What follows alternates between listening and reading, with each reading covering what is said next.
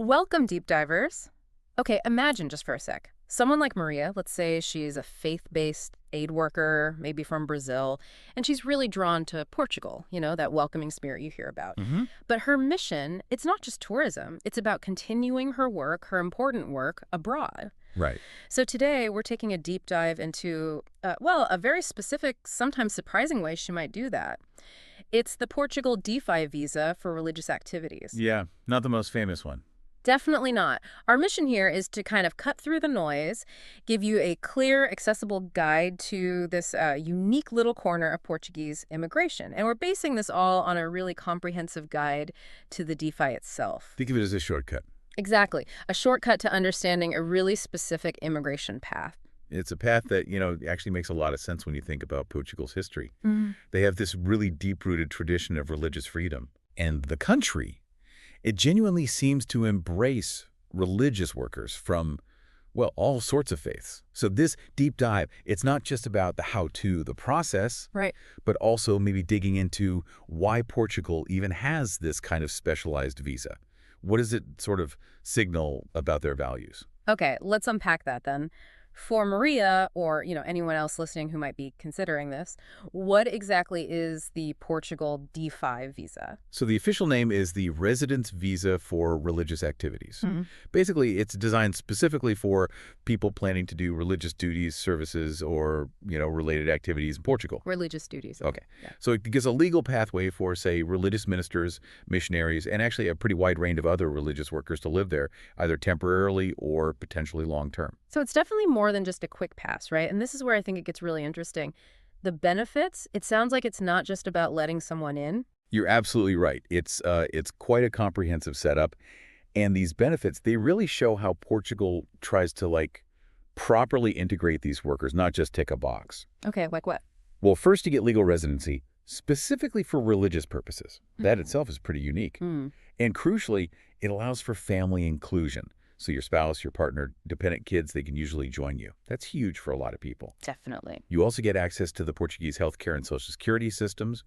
Pretty robust systems, too. Good to know. And looking down the road, it offers a really clear path to permanent residency and even citizenship after 5 years. Wow. Okay. Plus, while you're there, you get that visa-free travel within the Schengen area. Opens up Europe quite a bit. Right. And, maybe more subtly, it's a real recognition that religious vocations are legitimate professional activities. It validates that work. Mm. And it lets you directly participate in Portugal's quite diverse religious landscape. Mm. It really does signal, I think, a national respect for the whole person, including faith workers. That is a powerful statement about their approach. So for someone thinking about this, maybe like our Maria example, what specific roles, what backgrounds does this D5 visa usually cover? Who is it really for? It's actually surprisingly broad. The eligible roles include, well, first, religious ministers. That's your, priests, pastors, imams, rabbis, other ordained leaders. But it also includes members of religious orders, monks, nuns, and religious teachers, educators. Okay, the ordained and educators. Exactly. Then you have missionaries. So people sent by religious groups for missionary work, maybe community developers working from a faith perspective, even faith-based humanitarian workers. Right. Then there's a category called religious workers. This one's quite wide.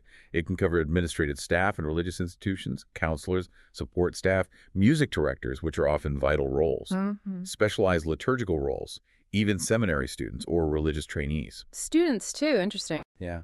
And finally, even volunteers with religious organizations. So long-term volunteers on missions, community service coordinators run by faith groups, charity workers.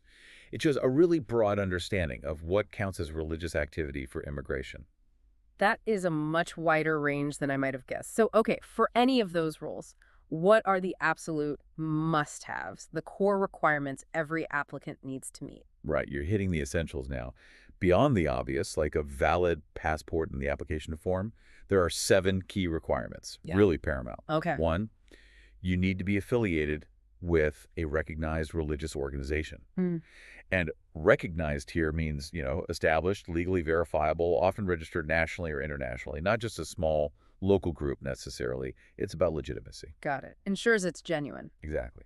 2, You need a formal invitation or appointment from a Portuguese religious institution. That's your concrete link to the work there. Makes sense. 3, and this is crucial, you have to clearly demonstrate the religious nature of what you'll be doing. It can't just be, say, purely administrative work that could be done by anyone. It needs that religious connection. Okay. 4, show sufficient means of subsistence. Basically, prove you can support yourself during your stay. Right, the practical side. 5, have suitable accommodation arranged in Portugal. Okay. 6, valid health insurance for at least the initial period. Mm-hmm. And 7, a clean criminal record. That's pretty standard, non-negotiable. That point about proving genuine religious engagement, the support, that sounds like it's really the core of this whole thing. It absolutely is, and it raises an important point. Mm-hmm. It's not enough just to say you're a religious worker. You need that clear, verifiable backing from established institutions, both where you're coming from and the one in Portugal. Okay, so before we get into the nitty-gritty of applying, let's maybe step back for a second. What's the context? What does Portugal's religious scene actually look like? How does that sort of feed into this visa? Yeah, understanding the landscape helps. Portugal has this really rich religious history. Now, historically, Roman Catholicism has been dominant. Mm-hmm. Maybe around 80% identify as Catholic, though, active practice varies these days. Sure. But the Catholic Church still has a very significant presence, culturally, physically, across the country. Right. However, and this is important, Mm-hmm. in recent decades, it's gotten much more diverse. You see growing, active communities, various Protestant groups, Orthodox Christians, Muslims, Jewish communities, Buddhists, Hindus, Baha'i faith, other minorities too. It reflects immigration and global trends. So quite mixed now. Definitely diversifying. And the legal framework supports this. Portugal's constitution guarantees freedom of religion, very clearly. Mm-hmm. And there's a specific law, the Religious Freedom Act of 2001, that lays out the rights and practices. Okay. There's even a government body, the Commission for Religious Freedom, that oversees things. And religious groups can register officially for legal benefits, but it's not always mandatory for every activity. It's quite a supportive setup, really. That paints a picture of, a welcoming and pretty dynamic spiritual environment. Okay, now for the nuts and bolts. The application process. Yeah. For someone like Maria, how do they actually start this journey? What's the step-by-step? Right, the roadmap. It's detailed, but thankfully it's quite clear. It's basically a 7-step process. Okay, step 1. Step 1, connect with a Portuguese religious institution. This is absolutely fundamental. You got to make contact, clarify your role, get that formal invitation or appointment letter, and critically, check the Portuguese institution is legally established and recognized there. This isn't just a friendly note, it's a formal thing. Right, the official link. Precisely. Step 2, prepare your documentation. This is the big one, where people spend a lot of time, and rightly so. Needs real attention to detail. You'll need personal documents, standard stuff like passport, application form, photos, proof of legal residence where you are now if you're not a citizen, but also a criminal record check from the last 5 years from your home country. Needs to be clean. Then, travel insurance, minimum 4 months, 30,000 euro coverage, and, importantly, a form authorizing Portugal to check your criminal record there. Okay, checks both ways. Yeah. Then, the religious documentation. This is the heart of the D5 application. An official letter from your sending organization confirming your role. The invitation from the receiving Portuguese one. Proof the Portuguese org is legit legally. A detailed description of what you'll actually do. Proof of your religious qualifications or training. Maybe a letter of support. These really need to show the spiritual purpose. Lots of proof needed there. Definitely. Then you also need financial and accommodation documents. So, proof you can support yourself, or a clear declaration from the institution saying they'll support you, and proof of where you'll live. Right. And if you're bringing family, additional docs for family members, think apostille marriage or birth certificates, proof of dependency for older kids if they're students. Now, here's a critical point. Often trips people up. All non-Portuguese documents. They must be translated by a certified translator. And then, crucially, apostilled or legalized. Ah, the apostille. Heard about that. Yes. It's not just bureaucracy. It's essential. And it can take weeks, depending on your country. So factor that timing in early. Don't leave it to the last minute. Good tip. Okay, docs gathered. Step 3. Step 3. Submit the visa application. Once everything's perfect, hopefully, you schedule an appointment at the Portuguese consulate or embassy in your country. Submit everything, pay the fee, usually around €90, give biometrics, fingerprints, photo, and have a short interview about your role and plans. The interview. Need to be clear there. Absolutely. Step 4. Visa processing usually takes 30 to 60 days. Can vary, of course. Patience required. Yep. Step 5, receive your 4-month residency visa, assuming it's approved. That's your entry ticket. Okay. Step 6, travel to Portugal within that visa's validity. Right. Step 7, apply for your residence permit with AMA. Once you're in Portugal, you book an appointment with AMA. That's the Agency for Integration, Migration, and Asylum, the main agency now. AMA, got it. You'll submit some more documents, mainly proof of your Portuguese address. Give biometrics again, pay the residence permit fee, about €170. Then, after processing, you get your actual residence card. That first one is typically valid for 2 years. That is certainly a detailed roadmap. Uh, Wow. So for someone going through all that, what should they realistically expect timeline-wise? And what about the costs involved? okay, timeline is definitely a multi-stage thing, needs patience. That initial connection with the Portuguese institution, getting the invite, could be 1 to 3 months. Okay. Preparing all those documents we just talked about, easily 1 to 2 months if you're diligent. Right. The visa application processing at the consulate, usually 30 to 60 days. Yeah. Then you arrive, you've got that 4-month initial visa, and then you apply for the actual residence permit with AMA. That processing can take another 1 to 3 months. So realistically, from that very first contact to having the physical residence card in your hand, you're probably looking at somewhere between, say, 4 to 8 months total. 4 to 8 months. Okay, good to have a ballpark. And costs. Costs. Government fees are pretty set. €90 for the visa application, €170 for the residence permit application, and then another 156 when the permit card is actually issued. Okay, roughly 400-ish in main fees. Roughly, yeah. But then you need to budget for those extras. Translation and apostille costs that could easily be 200 to 500 depending on how many documents you have. Right, that adds up. And that initial travel insurance, maybe 100 to 300 euro, plus obviously your travel costs getting set up initially. Though it's important to remember, often the religious organization helps a lot with those. Ah, yeah, that's a key difference, isn't it? The money side isn't always just on the applicant. Exactly. That's quite unique for religious workers, how financial support is often structured. Many get institutional support, maybe a monthly stipend or salary, housing provided, meals, health insurance covered, travel allowances for duties. Okay. If you don't have that full support, then yes, you need to show personal funds. Equivalent to Portugal's minimum wage, that's €870 a month in 2025. Bank statements, maybe a sponsorship letter. Right. And yeah, there are special tax considerations too, for religious workers, nonprofits. It's worth getting professional tax advice once you're there. It's definitely a unique financial setup for this visa. It's good to know there are those different ways to meet the financial side, often helped by the institutions.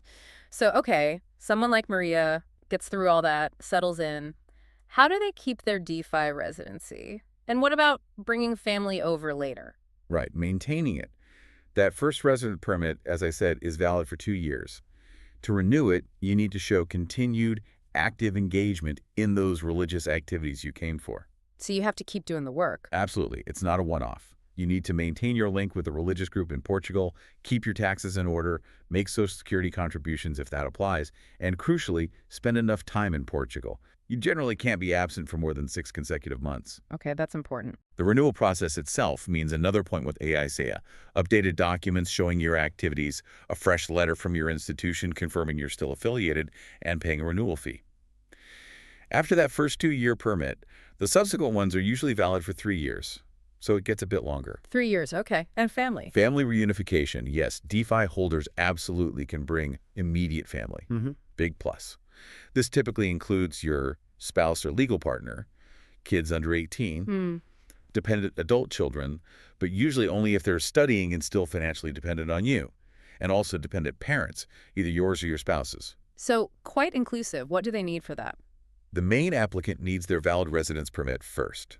Then, proof of the family relationship, marriage certificates, birth certificates, again, likely needing translation and apostille. Proof you can financially support them all, proof you have adequate housing for everyone, and health insurance for all the family members joining. Makes sense. Similar requirements. Yeah, and it's worth adding, the religious communities in Portugal, they often provide really fantastic support for families integrating, help with finding schools, cultural adaptation, language learning, social events.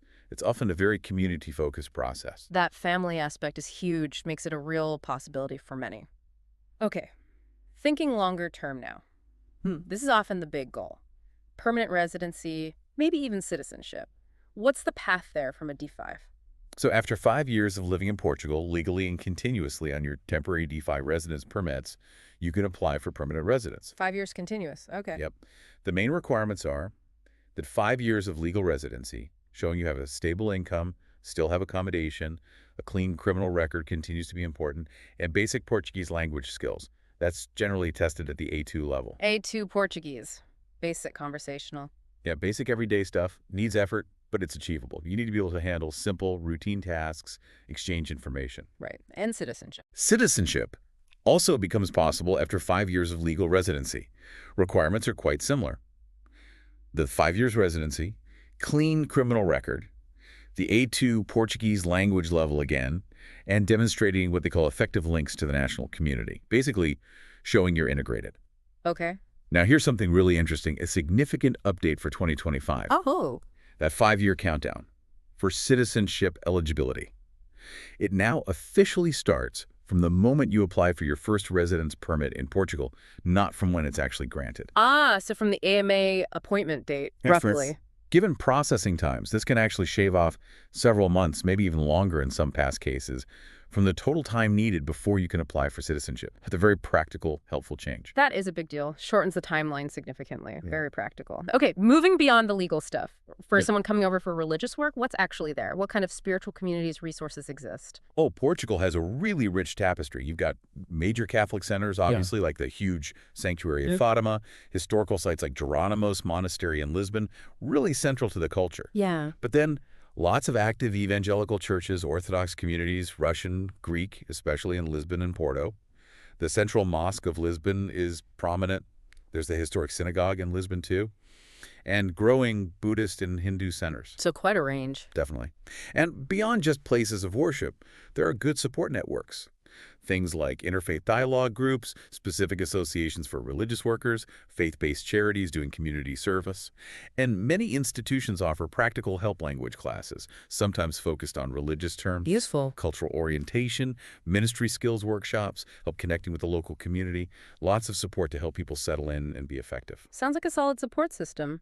Any specific updates or, special things religious workers should be aware of for 2025, things that might affect them? Yeah, a few things. AIMA, the migration agency, is really focused on improving its processes. For 2025, expect, hopefully, a better online platform. They've opened more processing centers, hired more staff to tackle backlogs, and they've extended the validity of certain documents until June 30th, 2025, which helps smooth things over during this transition period. Okay. Operational improvements. Yes. Also, Portugal is actively strengthening its commitment to religious freedom. This means updated guidance for religious groups, more dialogue between government and faith communities, better ways to handle any discrimination issues, supporting interfaith work. So reinforcing the legal and social framework. Exactly. And another interesting point, reflecting modern times. Portugal now officially recognizes remote religious activities. Oh, like online ministry? Yeah, digital ministry, online services, hybrid models, virtual counseling, international collaborations using tech. Yeah. These are now seen as legitimate forms of religious engagement under the D5 Visa framework. It shows they're adapting. If you connect that to the bigger picture, yeah, it really shows Portugal trying to be adaptable, keeping that commitment to religious freedom relevant today. Yeah. Okay, so for Maria, or anyone listening who's seriously thinking about this, what are your top, practical tips for success in applying and also integrating once they get there? Right. Practical takeaways. For the application itself, clarity in your documents is king, especially proving the religious nature of your work. Okay. Build strong relationships with both your sending and receiving organizations. Those letters need to be solid. Have a clear statement of purpose. Why are you going? What will you do? Include supporting materials, proof of your role, qualifications. And prepare for that interview. Be ready to talk confidently about your vocation. Don't wing it. Application excellence, got it. And integration. For integration, start learning Portuguese early, maybe even focusing on religious terms you'll need. Good idea. Research Portuguese religious customs, local traditions. Show cultural sensitivity.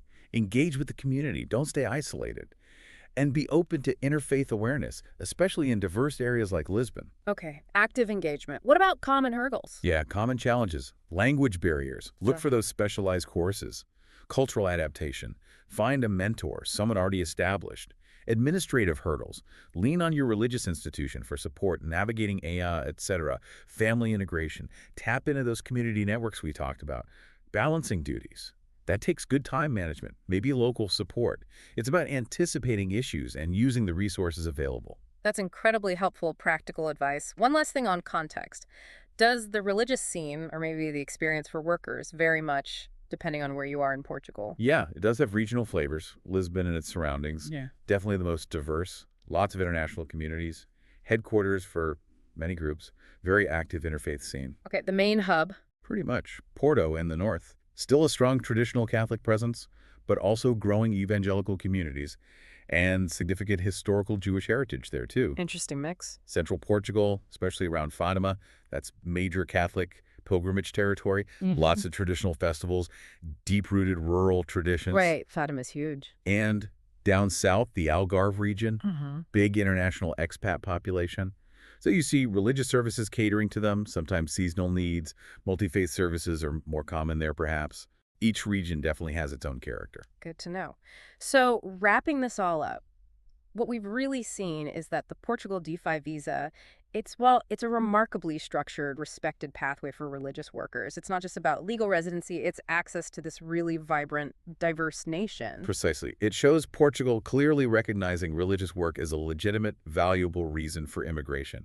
It really highlights, I think, a deep respect for religious freedom and for the contributions these workers make. So, what does this all mean for you listening? Well, perhaps it means that digging into a niche visa like the DeFi, it isn't just about navigating bureaucracy or filling out forms. Maybe it's about discovering a country's deeper values. In Portugal's case, maybe it's revealing this profound commitment to diversity, to freedom of belief, offering what could be a unique spiritual home in Europe.